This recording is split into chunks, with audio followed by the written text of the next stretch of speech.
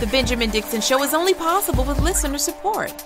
Go to www.thebenjamindixonshow.com to register for our blog and join the Progressive Army.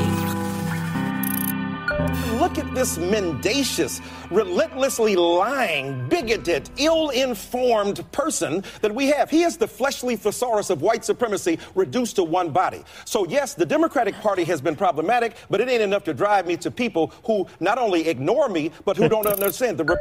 Oh, my word. That is the brilliant Professor Michael Eric Dyson on The View yesterday, answering a question from Meghan McCain, who was trying to use a line from his book, not to stump him, but to turn the conversation to being about attacking the Democratic Party. In his book, actually, let me play the setup. This is what Meghan McCain was asking him, to which he gave that amazing reply about Donald Trump. Professor, you say in your new book, quote, the belief that the Democratic Party relentlessly exploits black support while neglecting black interests is compelling and legitimate. Right. So we saw the number of black voters drop in the 2016 election. What do you think is going to happen in the midterms? Well, I think, look, Donald Trump is a wake-up call for all of us, right? And even those people, look, I argue with black people who told me there was no difference between Donald Trump and Hillary Clinton. Slow down with that, Mace. You're killing them. There's a huge difference, right? And people say, well, Hillary Clinton wasn't likable. She ain't trying to be your girlfriend. She got a man. She's trying to run the nation. She has more knowledge in her little finger than this man has in his entire body. And nothing. I don't care to hear any more about Hillary, but just it was. I absolutely do appreciate public intellectuals like Michael Eric Dyson. I actually had a pretty intense back and forth with him about, I don't know, 2 years ago about an article that he wrote endorsing Hillary Clinton. And I obviously disagreed with him and called him out on things. And he was kind enough to engage with me. But listening to him, just listen to how he utterly destroys Donald Trump so quickly and so effectively that it's just, I'm starting today's episode with something that just makes me feel good. I'm sorry. It's one thing to just say, oh, Donald Trump's a racist or Donald Trump, Russia, blah, blah, blah. But all that's fine. But to hear someone use the beauty of a robust vocabulary to leave nothing but Donald Trump's entrails lingering on the table, it actually made my day. Listen in. So the reality is that we're living in a country that is so addicted. We got a guy who gets up every morning and excretes the feces of his moral depravity into a nation he has turned into a psychic commode. Oh, my God. That's what he's done. And he is the bigot in chief and a racist in residence. So the only thing that would have made it better is if he had taken my phrase, the white supremacist in chief. I'm pretty sure I coined that. I'm not sure. But other than that, it was beautiful. There's really no substance here that I want to discuss in terms of his slander of Donald Trump. It's just I hope it was as good for you as it was for me. But in terms of why I'm playing these clips, there's the substance of what he said. It's coming up. And I wanted to separate the substance from the schadenfreude. I wanted to start with that at the beginning because it just kind of made my day. Now, the reason I'm actually playing this is because there's a thing that white conservatives in particular love to do. They absolutely love to infantilize black people and to treat us as though we are utterly uninformed, and not only uninformed, but we're incapable. We're incapable of having a knowledge that they can afford us, right? There's an education that only they can give. And by that, I mean, there's never a day that goes by that I don't have some white conservative or a black person working on behalf of white supremacy like Candace Owens jumping into my timeline specifically to say, you just have no idea. You don't know what you're talking about. Did you know that Republicans, Abraham Lincoln was a Republican? And it's usually followed up by the most insipid and rudimentary political knowledge that you can imagine. And Meghan McCain actually tried it with the same exact thing. She tried that with Professor Michael Eric Dyson, and his responses simply gave me life. So here's one exchange that perfectly demonstrates how white conservatives, and to be sure, I'm quite positive White people in general, progressives and liberals would do the same thing. We just so happen to find ourselves on the same side of the political equation.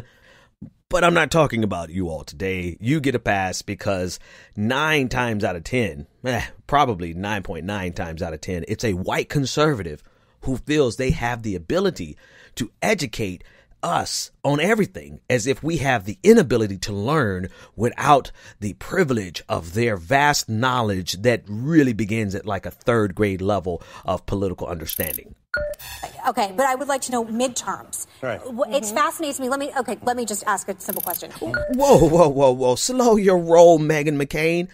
Who are you posing a simple question to as out of necessity, as though you can't get the answers that you want, so you need to simplify the questions for Professor Michael Eric Dyson, rivaled only by, Cornel West?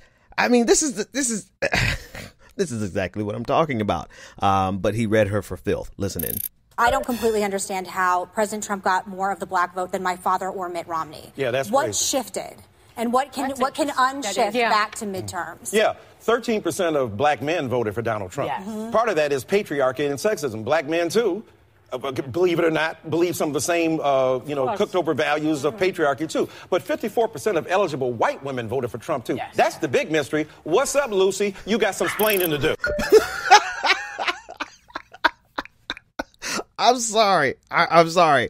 But this is exactly what happens, right? So, I mean, there's so many levels to this conversation. There's insinuations that she's making. There's assumptions that she's making. And there's some things that Professor Dyson didn't address, that I want to address. But I do appreciate him pointing out something. In the black community, we are just as infected with misogyny and patriarchy or male supremacy as any other community.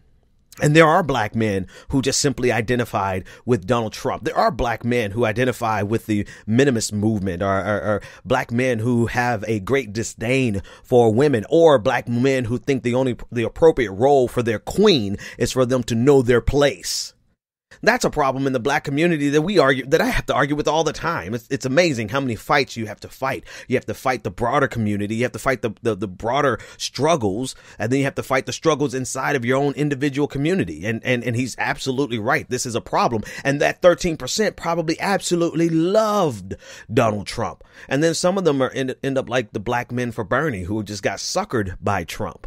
There's an article. If you don't know what I'm talking about, go check it out. But absolutely. But the real question isn't that 13%, because even without that 13%, there's a good, if you trim that 13% down to the same margin as Romney or John McCain, I would argue that, somebody could actually do the numbers, but I'm going to take a guesstimate and say that he still would have won. And the reason he would have won is great. 54% of white women. Come on. You cannot presume to be able to lay the responsibility to try to point out a hypocrisy in our community when you're not even looking at the beam in your eye. You're looking at the mote in our eye, but you're not looking at the beam, the speck in our eye, rather, but not looking at the beam in your eye, Meghan McCain. You got some splaining to do. It was brilliant. But this is what we have happen, right? This happens all the time. But I love in that exchange. I love in the exchange where he addressed the problem in our community, but then also looked at the broader community, the broader nation, and say, no, the real problem here, what elevated this bigotry to the White House was really a combination of all of it. But you cannot look at the 54%, or rather you can't look at the 13% of black men and not address the 54% of white women. But somehow or another, it always ends up being black people's fault. Let's listen into this next clip. The Republicans don't understand they have an inbuilt advantage.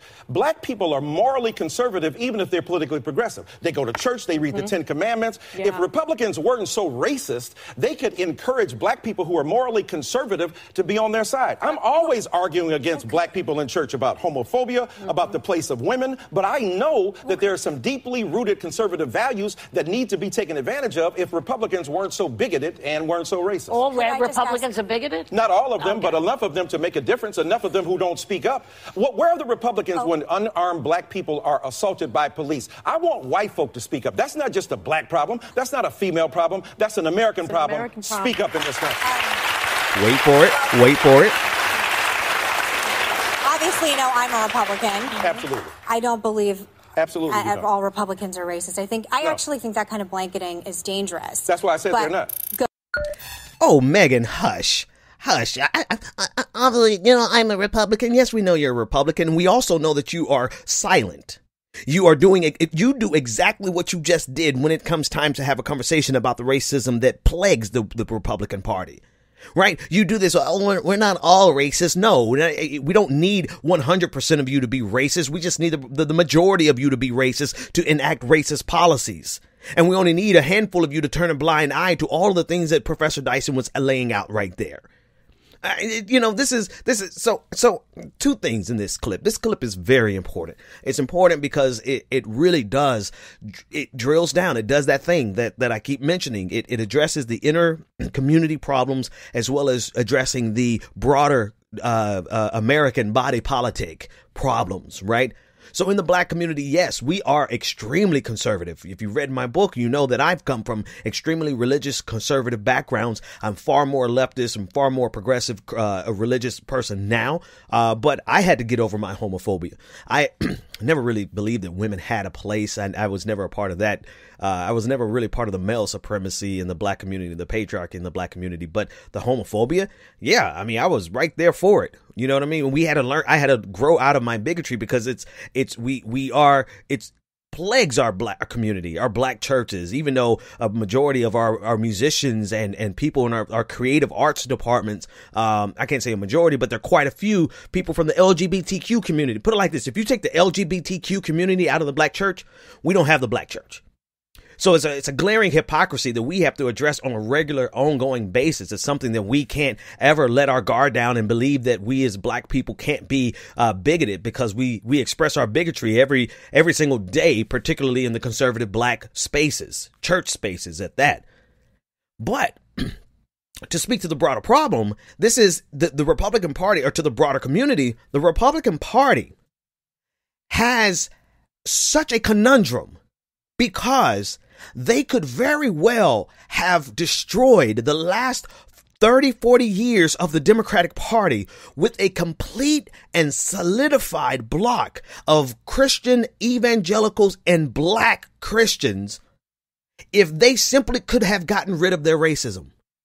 But because they cannot get away from their racism, and part of that bigotry that undergirds and underscores their homophobia and their male supremacy is the same bigoted gene that drives racism. So technically, I would argue they couldn't get rid of their racism without getting rid of everything else. But imagine if they could have gotten rid of it. Imagine if they could have just not employed the Southern strategy long enough to woo away like 50% of the black voting bloc because we are that conservative, religiously speaking. But they are so entrenched in their racism that they were willing to give up, the hegemony. It would have been an entire generation of Republican rule, unencumbered by Democratic influence at all whatsoever, if they simply could have gotten away from their racism. But their racism is so good to them. Their racism is so, it's just so enriching to to the fibers, the very being. Their very being is so drenched with white supremacy and racism that they would be willing to lose the opportunity to have Republican rule for a generation simply because they just can't help themselves but be racist. Rick Santorum, senator, he was a senator. I don't know what he's doing right now. He works on CNN now. Mm-hmm. He said that race relations got worse under Obama. Would you speak to that, please? My God. The late, great Gore Vidal said that we live in the United States of amnesia. That's right. This guy is taking that drug. But Barbara Streisand said, what's too painful to remember, we simply choose to forget. So he's on that Barbara Streisand tip. I know it ain't Taylor Swift, but learn, kids. So the reality is that we're living in a country that is so addicted. We got a guy who gets up every morning and excretes the feces of his moral depravity into a nation he has turned into a psychic commode. Oh, my God. That's what he's done. And he is the bigot in chief and a racist in residence.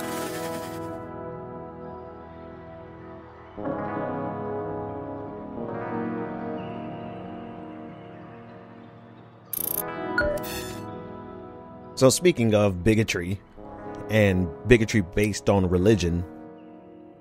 There's an article that's circulating again. It's originally from 2015 about a Tennessee hardware store owner who put up a sign that said "No gays allowed." It's circulating again because obviously for fear of the decision that the Supreme Court, and actually it was an indecision decision from Monday. And so there are a lot of concerns, but this article is about a Baptist preacher who owns a hardware store in Tennessee, and he put up a sign that said "No gays allowed." He subsequently took it down and replaced it with a sign that said, "We reserve the right to refuse service to anyone who would violate our rights of freedom of speech and freedom of religion." And so it's going viral again, and people are obviously calling this guy out. So he's going to catch a whole fresh new wind of social ramifications 3 years later from this original article. But this dovetails nicely into the conversation in two ways. There are a lot of black spaces that are just as bigoted towards the LGBTQ community as you see here. I doubt very seriously that we would go to the extent of saying "no gays allowed" because of the blatant, the obvious contrast to discrimination against black people. And that's generally where we part ways, right? We can be just as conservative in terms of biblical sexual morality, in so much as that is even a thing that's that's consistent. I'll put it like that. But, in terms of modern interpretation of biblical morality, black people can be just as conservative as evangelicals. But there are studies that show that we draw the line at discrimination. And I wonder why. I mean, obviously, I know why. And then you wonder why, though, white evangelicals are incapable of doing that. They are incapable of doing that for many reasons, but religion is one of the reasons. Religion is used in white evangelical spaces to prop up power. We've discussed that at great length. But they use it to prop up power by completely writing it or erasing any ideas of justice and economic morality or social morality, social justice. They completely take it away from their entire reading. And as I have this conversation with you, I'm thinking about a friend of mine who, we went to our PhD program together. He finished. I didn't because I didn't have enough money, but that's a whole different conversation. But in talking about the differences between a black Christian like myself and white evangelicals, he could not answer this question for me. He could not answer the question of whether or not he, in his religious perspective, felt that whatever creator of the universe, whatever, you don't have to believe in it, but just go with me on the conversation, whether or not God would be concerned with the actual physical liberation of people from oppression that happens in their society in this lifetime. And I say it with so much emphasis because white evangelicals are able to use their religion to oppress other people without any concern of inconsistency and hypocrisy, because they literally don't perceive God to be concerned with actual oppression except for spiritual oppression. So they have reduced all of the language in their own Bible that they read every Sunday down to being nothing more than spiritual oppression. And that's mighty convenient for people who serve or are in the role of the oppressor. I mean, what else could we expect from someone who has the power advantage but to rewrite a subversive religion? Christianity in its roots was very subversive to power, economic power, political power. It was a threat to the Roman Empire. Well, what else would you expect from people who are in a position of power, but to co-opt the power away from a subversive religion? But this is how, and as you wonder, as you look at it and you just are curious and wonder why and how they can, in one voice, in one sentence, in one breath, speak about love, and then in the next breath, demonstrate a level of hypocrisy that is staggering even to the worst of us. It's because they have completely warped their religion into being something that has no responsibility to the liberation of real people suffering under real oppression in this society, in this lifetime.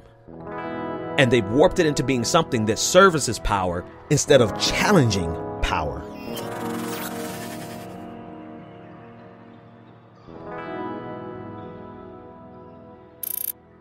This is interesting. They are demanding that witnesses turn in their phones so Team Mueller, and of course his pit bull, Andrew Weissman, and Jeannie Ray, who worked for Clinton, get to review all of their electronic communications. He wants the phones turned over, even texts that are on what are called encrypted apps like WhatsApp or Signal or one of these things. Now, maybe Mueller's witnesses, I don't know. If I advised them to follow Hillary Clinton's lead, delete all your emails, and then acid wash the emails and hard drives on your phones, then take your phones and bash them with a hammer into little itsy-bitsy pieces, use bleach pit, remove the SIM cards, and then take the pieces and hand it over to Robert Mueller and say, Hillary Rodham Clinton, this is equal justice under the law. Sean Hannity is so upset about Bob Mueller requesting people to turn over their phones that he literally can't even get his sentences out. I mean, he is flabbergasted. It is an amazing thing to watch. And it's brilliant how he walked the fine line of actually obstructing justice by advising everyone who's a witness in this case or a potential witness in this case to break up their phones, acid wash them. It's fun to watch him as he threads that needle ever so slightly, just enough to not get a charge of obstruction of justice. But he's so infuriated by this. I don't cover the Mueller probe much because everybody else does. Ad nauseum. I'm quite sure there's at least 10,000 episodes, and there haven't even been 10,000 days, of Rachel Maddow covering this probe from top to bottom. So you don't need me to cover it, nor do I have the desire to cover it. But this clip right here was so golden. What are they hiding? That would be my question. What are you so upset about? Because here's the thing that you always argue against, I don't know, every single black person that's ever been beaten or killed by the police. You know, if you didn't have anything to hide, why did you run? If you weren't guilty, why did you run? There seem to be all of these conditions that they're able to come up with to explain why authority had the right to do what they did whenever it comes to anyone they disagree with politically, not just black people in terms of police violence. But in the case now that it's happening to them in this Mueller probe, he is breaking down. Sean Hannity really is losing it. He almost put himself in a position, and I guess I'm not qualified to make that call, whether or not it's actual obstruction of justice, but from one propagandist to another, or, game recognized game, I understand that nice threading of the needle that he did, just enough to give himself room to not be indicted for obstruction of justice. Oh, man. In other news, Colin Kaepernick's team is getting ready to subpoena Donald Trump in their lawsuit against the NFL for collusion. Yeah, this is an amazing turn of events. And I think wouldn't it be ironic? Because we're getting ready to have evidence in this subpoena over here on the left. Forget about the Russia probe. What's going on with Colin Kaepernick potentially could be what brings down Donald Trump. Hear me out. It is actually illegal for federal authorities, federal employees, or elected officials to use the power of their office to influence the employment of other individuals based on political purposes. Yeah. 18 U.S. Code 227. Now, I mentioned this in my Twitter feed before. Someone's mentioned it recently, and it never really got steam. I originally mentioned it with Jamel Hill from ESPN and their attempt, the White House's attempt to get her fired. But it never really picked up steam. But now that Colin Kaepernick and his attorneys, they are going to issue a subpoena Donald Trump in this collusion case. As they go through discovery, they may find what they need to show that the president of the United States actually did violate U.S. Code 227, wrongfully influencing a private entity's employment decisions by a member of Congress or an officer or employee of the legislative or executive branch. And the code reads like this. A, whoever being a covered government person with the intent to influence solely on the basis of partisan political affiliation, an employment decision or employment practice of any private entity takes or withholds or offers or threatens to take or withhold an official act or influences or offers or threatens to influence the official act of another shall be fined under this title and or imprisoned for not more than 15 years or both, and may be disqualified from holding any office of honor, trust, or profit under the United States. In this section, I'm going to keep reading because it's important. In this section, the term covered government persons means a senator or representative in or a delegate or resident commissioner to the Congress, an employee of either House of Congress, or the president, vice president, an employee of the United States. So the president is right there. Whoever being a covered government person with the intent to influence solely on the basis of political partisan affiliation, an employment decision, or an employment practice of any private entity. So I spoke to my professor, one of my professors in my graduate political science program. He had a PhD in political science, and he was also an attorney. I spoke to him about it. And he said this, he said, quote, the key is the clause solely on the basis of partisan political affiliation. How do you prove that? He said, you need to prove it beyond a reasonable doubt. So something akin to a smoking gun would be needed, he believes. And so a subpoena and the depositions that already show that Donald Trump is doing what he's doing from the White House for pure political partisanship. If they're able to find a smoking gun, which it appears there's a possibility because it was collusion. It was a conversation amongst people, amongst the NFL owners and Donald Trump about how this is a winning issue for him. And if that was a direct reason why Colin Kaepernick could not get a job, wouldn't it be something if the reason Donald Trump came down was because of his bigotry and his relentless attack on the black community by the proxy of Colin Kaepernick's career in the NFL? It would also be something because all of the people talking about the Russia probe nonstop, and I'm not saying this because I don't think anything's there. I'm just patiently waiting for Robert Mueller to do his work and to tell us, is there something there or not?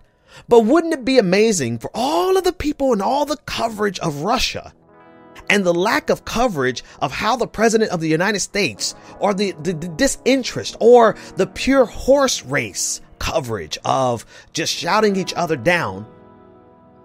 Wouldn't it be interesting if all this time it was Donald Trump's bigotry that brought him down and not all of the countless hours of coverage of Russian collusion? That's all the time I have for you today, folks. I actually really enjoyed today's episode. I had fun. I hope you enjoyed it as much as I enjoyed putting it together for you. Go to patreon.com/the BPD show and become a patron today. Support independent media as we keep doing what we do. Have a great day. I will definitely see you tomorrow. Take care, everyone. The Benjamin Dixon Show is only possible with listener support. Go to www.thebenjamindixonshow.com to register for our blog and join the Progressive Army.